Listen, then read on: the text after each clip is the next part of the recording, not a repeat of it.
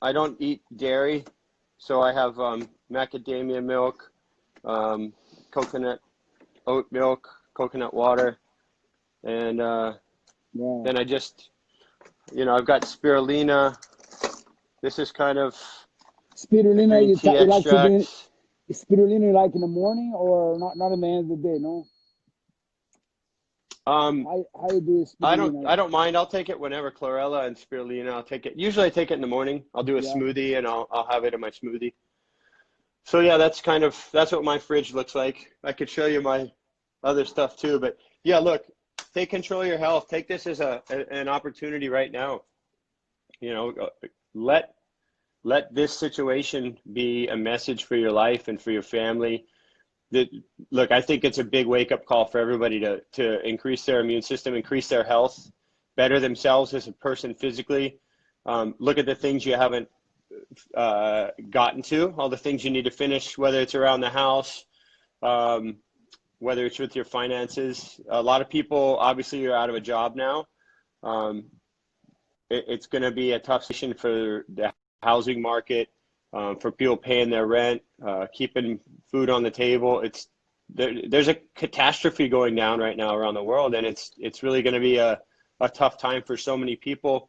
I think also when we get through this and you start to make some money again, everyone needs to think about this could happen again one day.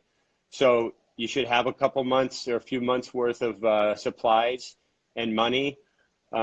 Start to think about your future, not just tomorrow, or today. So Kelly, I was yesterday. I have a friend of mine who's doing mission in India, and Yep. sex traffic is something is huge over there. And they have Yeah. an area there. They have like 30,000 women, and he's rescuing these women and putting them in a school. And so he told me, say, Victor, for let's try to see the positive, and I encourage people to what positive that brought to the world. And I'm like this. It's very devastating. Of course, it's very devastating. But what's the beauty of it? I'm living in Florida, and I see people spending more time. They didn't have time, and that's something that it's being like I never went to your pool, for example. I never had time to take Hey, time and let's go. yeah, Let's go. yeah. But like this, it's unfortunate. It's such an excuse. People say I don't have time to take care of my health. I don't have time to work out. I don't have time for this. And eventually, like example, my neighbor last night, he had a heart attack. He was just right here, like 2 days ago. He's parking his boat, and I'm saying hi. And last night, my wife just received a text from her neighbors and said, my husband passed away at 7:30. A very No. wealthy. So it's Uh, sad. It's sad, but heart attack. And I'm telling you, people, yeah. I believe, Kelly, 100% is this what's happened today. Before, I remember when I was young and I had some of my friends there in financial, and they they they laugh, and I want to have this much money on side, and when I had got this too much money, I'm gonna stop. But they never stop, and the race of loving the money is keep going. But I Yeah. believe the currency of today, the value of the when I say currency, the value of today is no more oil, is no more money, is no more having a stock. Oh, I have this much stock. So I believe the currency today change. I call health overpower wealth. So having a health right now is like I have all these billionaires friends. They're locked up in their house. They're afraid to catch their virus. So like, how are you living on these moments right now? And are you living? How you control this fear versus faith and courage, and how the words will take? What advice you have for people right now? My advice. Well, first off, I think you have a good awareness about what's important in your life. It seems to me, you shared some personal things with me. You went through some personal and relationship stuff years ago, and you had to make a decision, and you made a decision that seemed to give you a lot of direction as your friend. Just seeing that, so you seem like one of my friends who has a real clear direction with your family, with your wife, with your kids, and then with your work also. But you've prioritized in a way that makes you happy and makes you feel like you're accomplishing things. I think everyone needs that, you know. We all need to put things in a way that helps us feel like we're accomplishing a good life, right?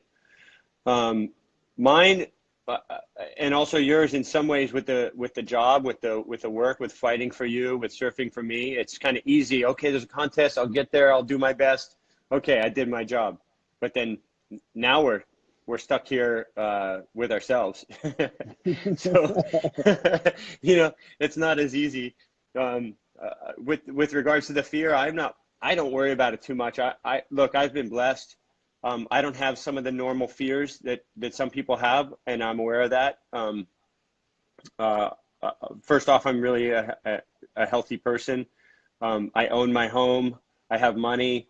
Those kind of fears aren't something that's gripping me right now, but I understand that's a big thing for so many people. And, you know, my heart goes out to those people. And if I can help in some way, I'm going to do my part. I think this is a time where we're all going to have to pull back, spend less, have a smaller life, think more about our community. At the same time, you have to distance from your community. So that's a little bit, it's kind of a conundrum, yeah, you know? Yeah. yeah, it's a balance. But strangely enough, it seems like more people know their neighbors now, that they're not allowed to go see them, right? So Crazy. everyone's like, you know, going outside their building and they're playing games together from a distance, or they're singing together, they're doing workouts as a group. And so in some ways, this is a really good thing because it's bringing people together in that way. And you know, I've even seen relationships happen between people. Sorry, I got to turn something off. Ooh, something was running in my house there. And yeah, there's going to be gifts from this, you know. There's definitely a reality of fear, and most of us, if the numbers are correct and the mortality rate is right, most of us are going to know somebody that passed away from this thing, and that's going to be a horrible, sad thing. It's You already know, been terrible in some yeah. places.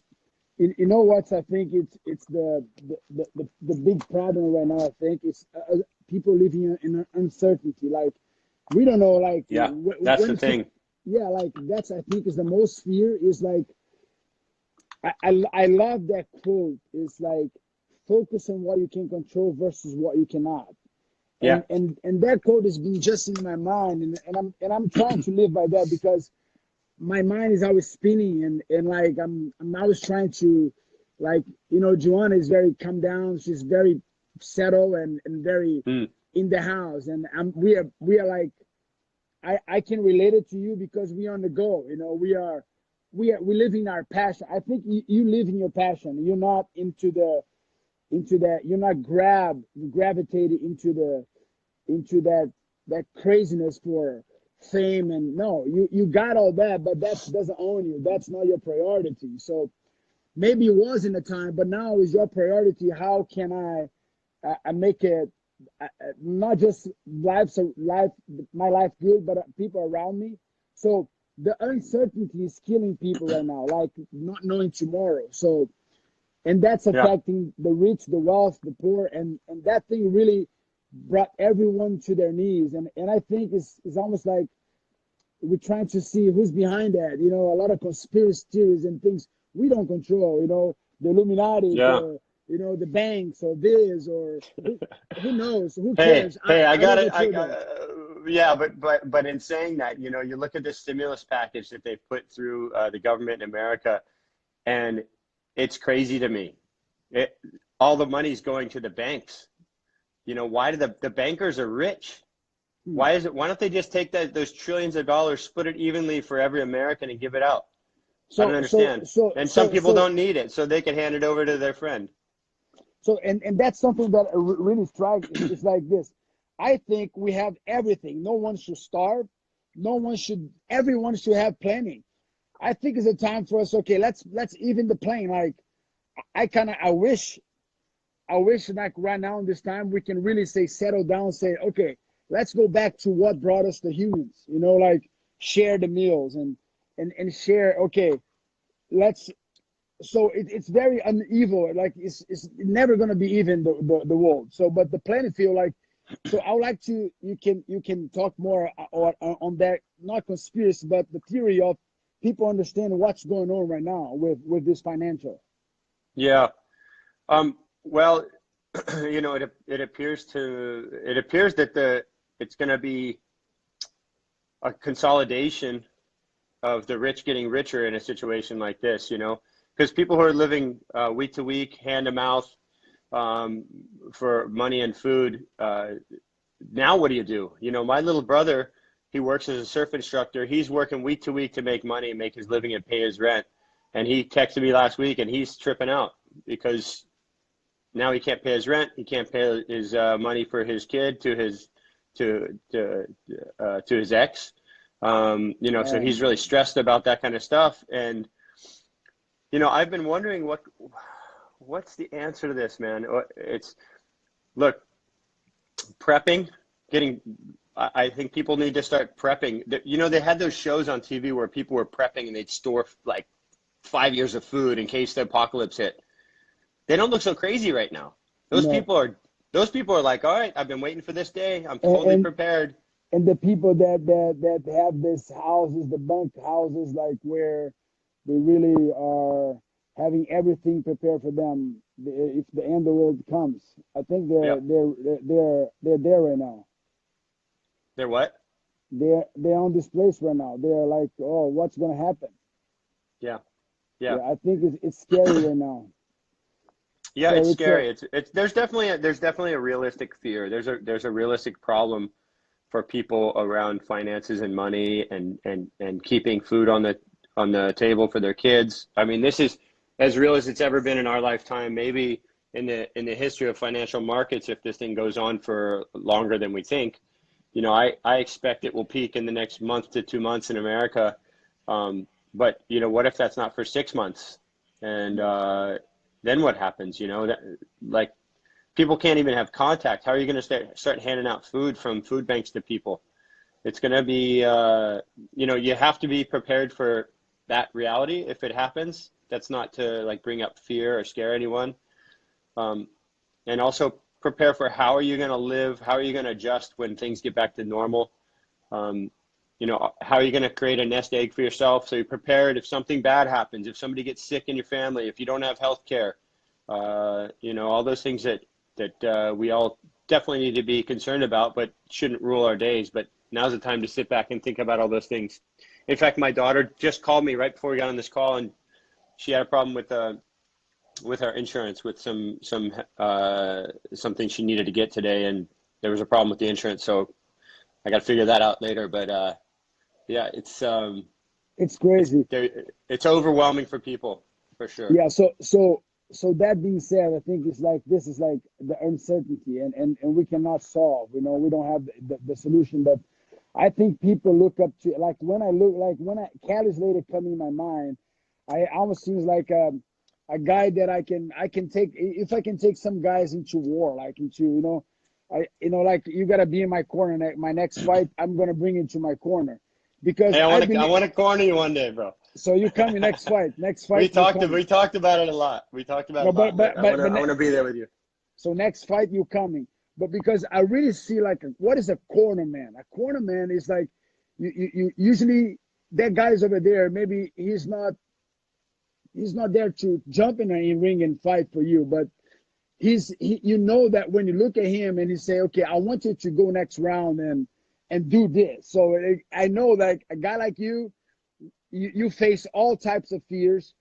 You have to overcome, all the haters. You have to overcome you have to fight your own demons and your own self in times that people don't know. When you cry, you cry before, you doubt yourself before. And so what's the things you use, Kelly, in your life that really can benefit like a mom or a hard worker now that's, like I ask a question the other day in my Instagram. Half of the people they thinking taking their life away. That's for me. That's for me is enough. And we had some friends that for some reason, like sometimes people want to give up, or they think they fell, or so. What's the things you have that you can share that I can use in my life? My son, my daughter watching you right now, what you share with these people that you can coach them to their situation to go through that season of uncertainty, and they know that whenever these things pass, they will be ready to. If they're in top and bottom, doesn't matter. They got to keep fighting. So what advice you give to me and these people right now? Well, you don't get through anything in life just because it's easy. You don't learn the hard lessons when it's easy. You know, you've been knocked out. I've lost world titles. Those aren't big things. That's not life or death. That's just our job. That's our career. That's our passion. But it's a heartbreaking thing in that moment. You know, the biggest lessons come when you're really triggered emotionally, when you're dealing with like something you can't see the result of. And when you accomplish that, you know, when you figure out, you talk to the right people, you get some people to help you, talk you through it, you learn whatever's in the way for yourself personally. You know, it might be an emotional issue for you that's making you see it a different way than that person sees it. But gosh, I've been wondering about suicide rates, you know, if that's going to be a reality of more people choosing that route in a time like this. I saw there was a guy in Germany, a minister or something. He took his own life because he was so worried about this thing. I don't understand, like, you're not getting, like, there's no good in getting ahead of the curve on death. Like, stick around and work your way through it, you know, get people who can help you through something. There's people who are smarter than you in all aspects of life, you know. You have a gift to give to someone else, but somebody else has a gift to give to you. We saw my good friend Sonny Garcia last year came close to taking his own life. He's still alive and he's in rehab still, but it's going to be a long process for him, and he didn't see another possibility for himself. And you know, unfortunately, I've had a lot. I remember that day, man. I cried for a week. Yeah, we talked a few times on. I cried for a week, man. And yeah, it's like this. I would lay on my floor in the bathroom and just sob for months after. You know, at nighttime I would get a message to him or hear something, and I would just sit there and just sob and cry myself to sleep for a long time. And you know, I didn't think he was going to make it, and so far he has. And there's been some small improvements, but for the sake of Sonny's privacy and the family, you know, it's not something to talk about personally right now because it is a long road, and that's the reality. But Sonny's still with us, you know, and there is hope. You know, he's like a brother to me. I love the guy. I mean, I would. He's one of those people I would lay my life down for. You know, I would do anything to help him. But that's, you know, it's not a good answer. Anyone who's experienced, you know, death in the family or suicide specifically, it's so traumatic for everyone that's left behind, and you don't know what was ahead. You know, you don't know what you could have had in life if you do make that choice. Like, if you're at that point where you're so scared you could do something like that, do the thing that really scares you. Go figure out that thing that really scares you and confront it head on, because there's nothing worse than death, right? So go and confront that thing. And yeah, I don't know. It's such a tragedy, but you know, we've all been affected by that in some way. And you know, I really hope we get a grasp on this COVID real soon and see these numbers level out and start to go down. It's a really scary thing for older people. You know, I'm really concerned for my mom. She's not in the best of health, and it's really hard to think that there's like this secret predator out there looking to get people. You know, that's the scary thing for me. Like, how's it going to get to people? Who's going to, you know, everyone who's walking around right now, I'm almost picturing like they could have a message over their head, right, that says like, I have COVID-19, stay away from me. You know, it's so scary. You see someone with a mask, he's protect himself. Or another day, me and my wife, we went to buy a meat in the Brazilian market, and they had a girl, a woman in the line, and she had a mask, and she said, I just went to do the test. And like, you know, and why she mentioned it, you know, like, it's like, it's scary. So, and then it's scary, but we all have to be comfortable with that, right? We all, and it's probably, if you can get tested, it's probably the responsible thing to do. But did she get tested because she just wants to know, or did she get tested because she has symptoms? So that's a different situation, right? That's a different context. So if And somebody's like, then, I just got oh my tested, God, you're like, oh shit, stay away from me. But, yeah. but if they, if they said, oh, I just got tested to make sure that, because we're going to isolate with my family, I don't want to be around people, then that So, seems like that doesn't scare you so much to talk to that person. so going back to the testing, it's like where you do the testing. Like people don't know where. Like I want to do the test, but you go Yeah. there. Like I know there, say my wife, sometimes you want to go do the test, and you hear TV. Don't go if you don't have symptoms, because if you go there, you can get sick there, and and Yeah. and so you can go there healthy, trying to prevent, but then there you can get sick. So Yeah. I have you seen what they're doing in South Korea? Because I think that it would be amazing if individual cities could do what they're doing in Korea right now. So they're doing these drive-through testing centers. It's like a 2 or 3 stage process. You drive up, you give me your information, you do a swab at the next station, blah blah, and it takes 5 minutes or something, and it's voluntary. You drive through in your car, but each city's setting that up, and so if each city would start to set something like that up and organize a process, I mean, I think people would volunteer to work there, or they could get some maybe extra medical people who aren't working in a hospital currently, or people don't have this is, jobs, man. They will do it. people would do it. Yeah. And Yeah. it's safe because you're in the open environment.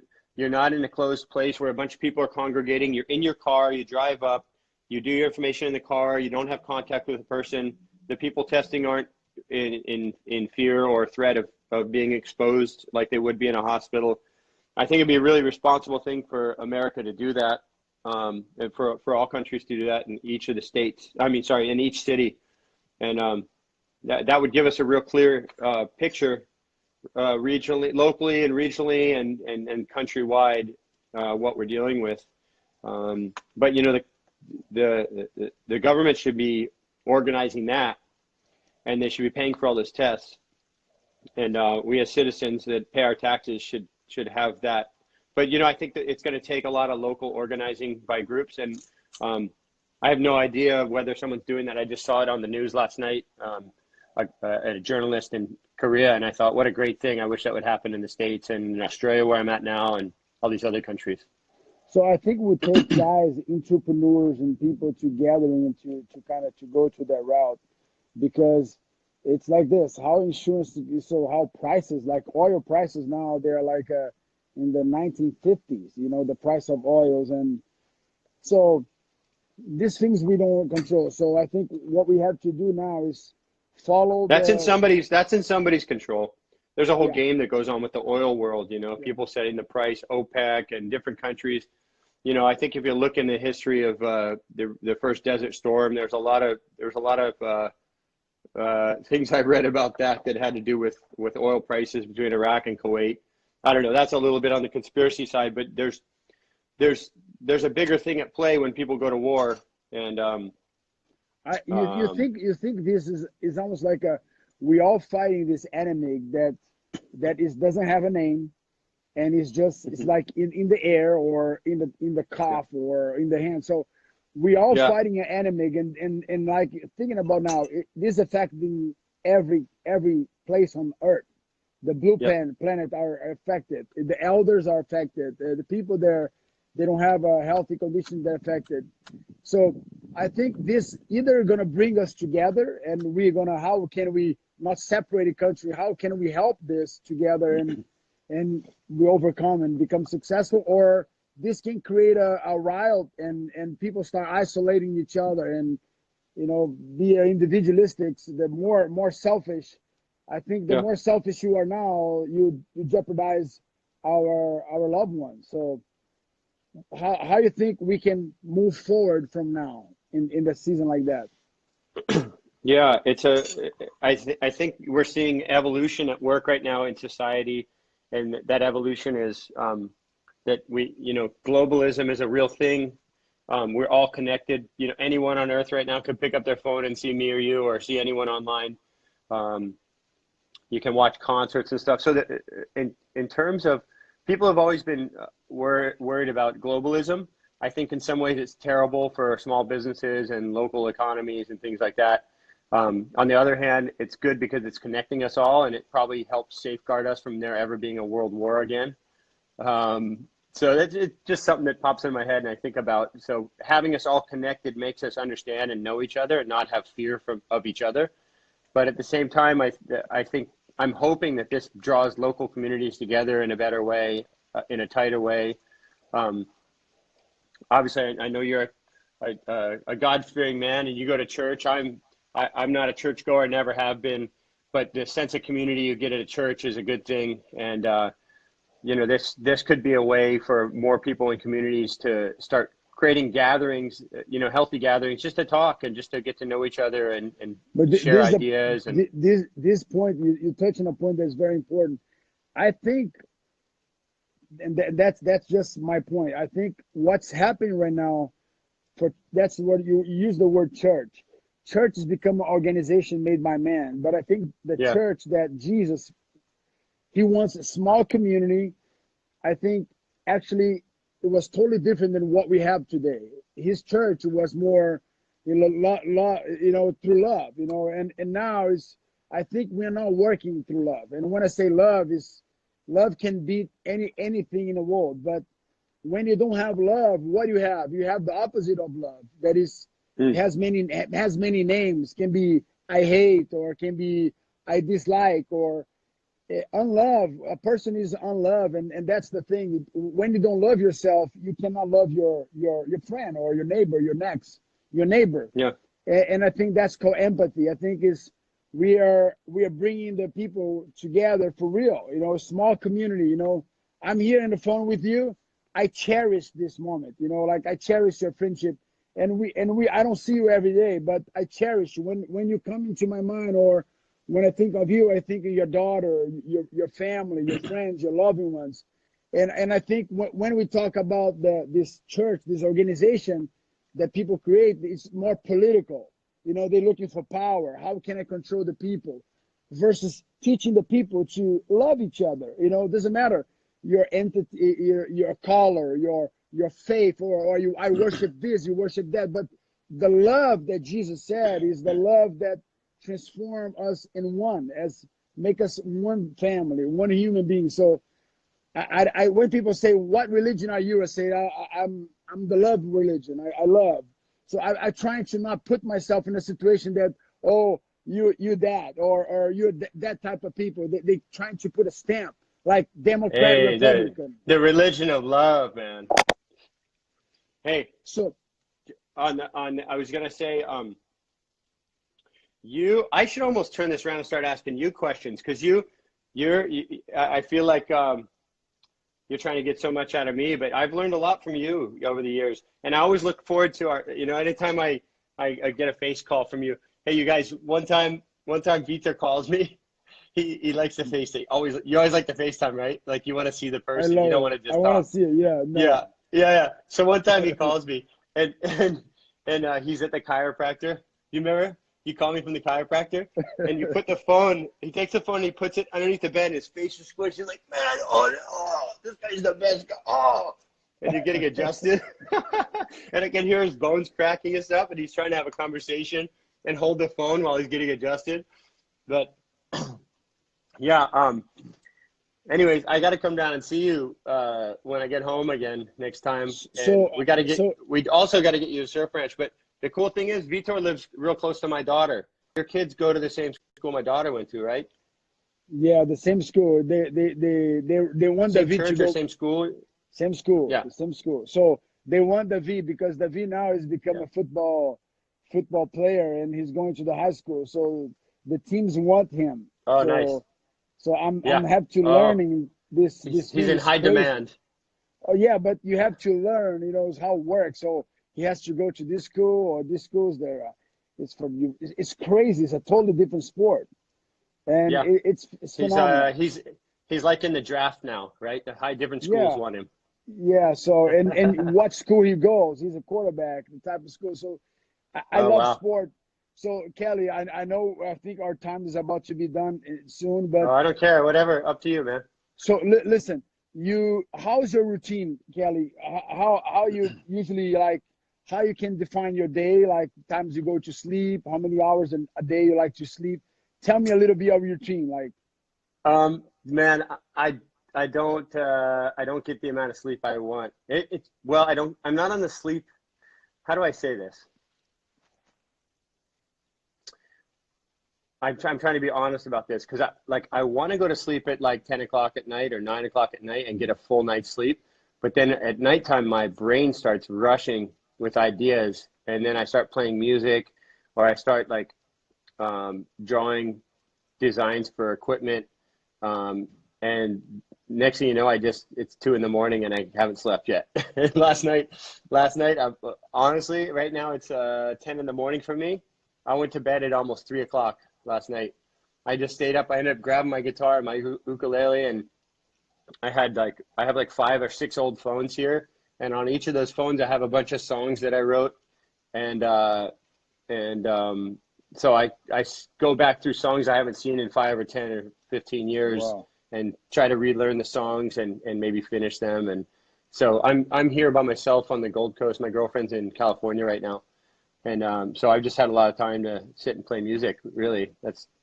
But first thing I like to do in the morning is like have some kind of a hot drink, like lemon water. And then, I'll have some of those, I'll make a little concoction of a health drink like I showed you in the fridge. And then I'll usually make a smoothie, and I'll start to kind of, with days like this, it's kind of slow. So I just start planning out my food a little bit. And then, if I can get in the surf somewhere, I think about that. And I don't know. I mean, look, we're not under as strong of restrictions here yet as the States, I don't think, or some states. But it's different in each one. So I'm in Queensland. Queensland is like where Kira and Burley Heads and Snapper is. Duranbah, a beach that has good waves, is only just over the estate, New South Wales. And New South Wales and Queensland are different rules. Like Queensland closed down all the golf courses, but New South Wales are open. Some of the beaches in New South Wales have closed and you can't surf, but you can surf on all the beaches in Queensland still. So there's a little bit different rules. All the restaurants are basically takeaway. You can't sit no more than 2 people can be in the restaurant, that kind of thing. So basically just takeaway food, and even my really close friends that I consider family here in Australia, I haven't had a chance to go see them, or I saw one of them and couldn't even give her a hug. So it's a strange time. It's really, really an odd time. Yeah, like or feet, just do it with the shoe. And it's nuts. It's nuts. Yeah, it's really different world. But I think it's this.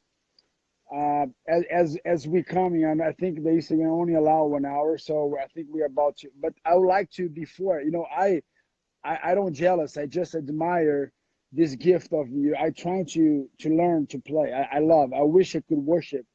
Learning. I love to worship, so I wish I could learn how to play and play for creating a message. So I love the music and people, they always have a message, music that can really speak to my heart. I think music speaks to my life a lot.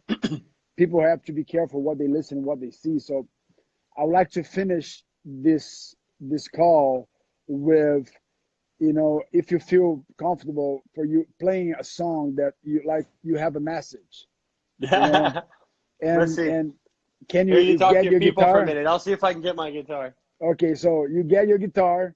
So Kelly's gonna get his guitar, and we're gonna finish that live with Kelly playing a song that really can speak to our lives. And I love music, and I think music can speak to all of us in somehow. And we gotta be careful with what we see and what we hear, because that thing's penetrating your soul, in your mind, and becomes a reality. So I know Kelly. Well, what do we got? I got guitar, ukulele. Ukulele, let's go ukulele. Hawaii, you like bro. Ukulele? Oh, you yeah, like all ukulele. my Hawaii family, let's go. Ukulele.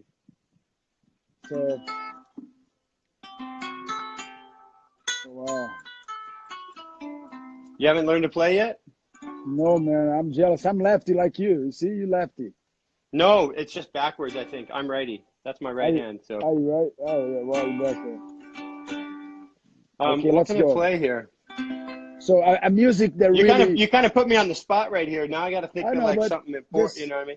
yeah, just a music that you think it's like a, I know you love message. Your life is everything. You post another day something so powerful, and I want you to resend me that to me. That is basically it's something so powerful that just something that can really speak to your life. You know, a music that you think it's will be penetrating in the life of people right now with a good message. I can't. I'm gonna take one ear out. See if I can Yeah, still hear, because I can't hear myself playing with those things in very well. Yeah, I played. So you heard my song the other day. yeah. Uh, I can actually play that on ukulele. I'll just do like one verse, one chorus, that kind of Yeah. thing. Let's see. I haven't played it on the ukulele in a while.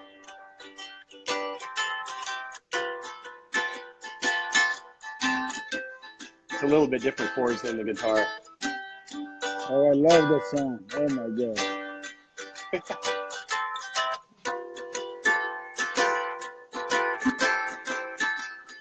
I don't know if I could sing this high. It's always the same.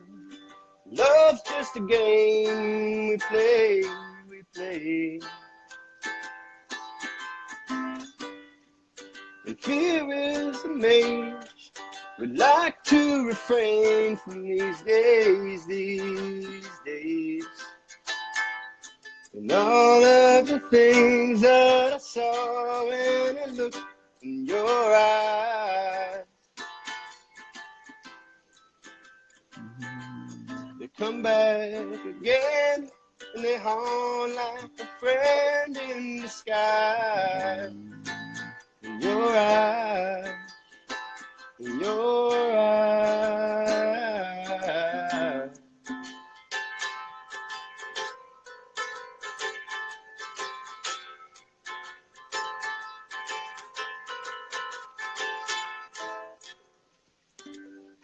Wow, Something like that. Kelly. I can't sing that high though. It's in a much higher key than I sing it, bro, and I haven't practiced all day.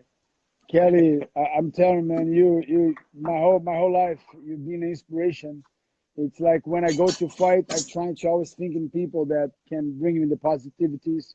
You always before my fights, you always trying to encourage me and be in the moment, forget about the things, the outside things. So I just want to appreciate your taking your time. You know, we have like thousands of people right now, and this is gonna affect, I believe, millions of people will be able to watch that, and this is gonna be for nations and years from now. We're gonna look at that. And we're not gonna be here, but there's gonna be a message for people. And I would like before we take off, I would like to take a picture we can post. You Yeah, want to I want to think take a I picture? already took one. I'm gonna take Let, another too. let me take another one. And then I would like to you leave a message for the fans right now. I want you just to leave a message, and we're gonna say goodbye. All right. I was gonna say, you know what? Earlier you said, when I think about you, I think of this thing. When I think about you, I think about Wanderlei Silva running backwards across the cage, getting knocked out, bro. Come on, boom, boom. That was right before I met you. No, I just want to say thanks, man. I love you. I really look forward to every time we talk and I get to see you. And I've been a fan of yours and a friend of yours for a long time. And I don't know. I love getting to meet and know people that inspire me. And you've done that for me for a long time. And you're a freak, like a good freak, a freak talent. And I just think you're a great guy, and you're a good dad and a good husband, and hey man, you're a good surfer too, and I always look forward to our next conversation and getting to catch up. So thanks for having me So on today. man, hey, anything here in Florida, you let me know if you need me. I can drive there. I can elbow. I can take care of whatever you need here. Yeah, yeah. I'm always in your corner. You got in my corner. So next fight, I want you in my corner. You have to be there. Hey, I was telling someone the other day. Do you remember Jones? Oh, it cut out for a minute. Are you there? Are you there? There we I'm go. here. We're back, I think. Yeah, I'm here. Okay. Yeah. Do you remember when we talked before you fought Jones? Yes. Yes. Do you remember what I told you? 100%. Yes. Do you remember what I told you? He's going to come crawl across the cage, and you got to kick him in the head and take the minus point. Yes. I did, but I didn't do it hard. I didn't do it hard. Yeah, enough. you went right. You just dodged it. Ooh. Yeah. You just gave him a warning shot. If I can regret the fights in my life, and that will be another day that we can talk about the fight. But I regret so many things, and when I say regret, I would do differently. And I think just the mindset. When you lose the moment, you lose. It's like a wave. You taught me that. Game over. Go next. But you have to learn a lesson. Like I say, I never lose. I learn. So some fights I lost, but I'm trying to go back and revisit and learn. So now I don't consider a loss. I consider a learn moment. Yeah, you were. The way I see it, and I'm just a fan, but we've always exchanged a lot of ideas. Obviously, your counter striking is insane, but when you're aggressive, you're at your best. When you're going forward, and I love seeing the aggressive Vitor. So to finalize, I'm gonna tell something that I learned from myself, and I'd like to share. You know why the lion is the king of the jungle? He's not the biggest. He's not the stronger. Why? Because he is courageous, and he doesn't fear anyone. He's very courageous, and he doesn't fear.